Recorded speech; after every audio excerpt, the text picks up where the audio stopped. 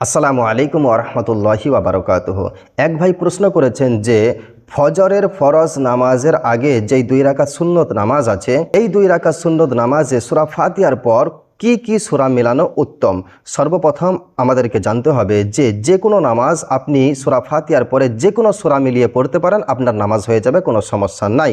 কিন্তু এখানে যেহেতু উত্তম কোনটা এই প্রশ্ন করেছেন, সেজন্য আমি বলে দেই যে নবীজি সাল্লাল্লাহু আলাইহি ওয়াসাল্লাম ফজরের 2 রাকাত সুন্নত নামাজে প্রথম রাকাতে সূরা ফাতিহার পর কুল ইয়া আইয়ুহাল কাফিরুন অর্থাৎ সূরা কাফিরুন পড়তেন, আর দ্বিতীয় রাকাতে সূরা ফাতিহার পর কুল হুয়াল্লাহু আহাদ অর্থাৎ সূরা ইখলাস পড়তেন। অতএব এই দুইটি সূরা যদি আমাদের মুখস্থ থাকে, তাহলে ফজরের ফরজ নামাজের আগে যেই 2 রাকাত সুন্নত আছে, এই 2 রাকাত সুন্নত নামাজে এই দুইটি সূরা আমরা পড়তে পারি। এটা আমাদের জন্য উত্তম এবং সুন্নাহ হবে। ভিডিওটি বেশি বেশি করে শেয়ার করবেন এবং আমার পেজটি ফলো করবেন।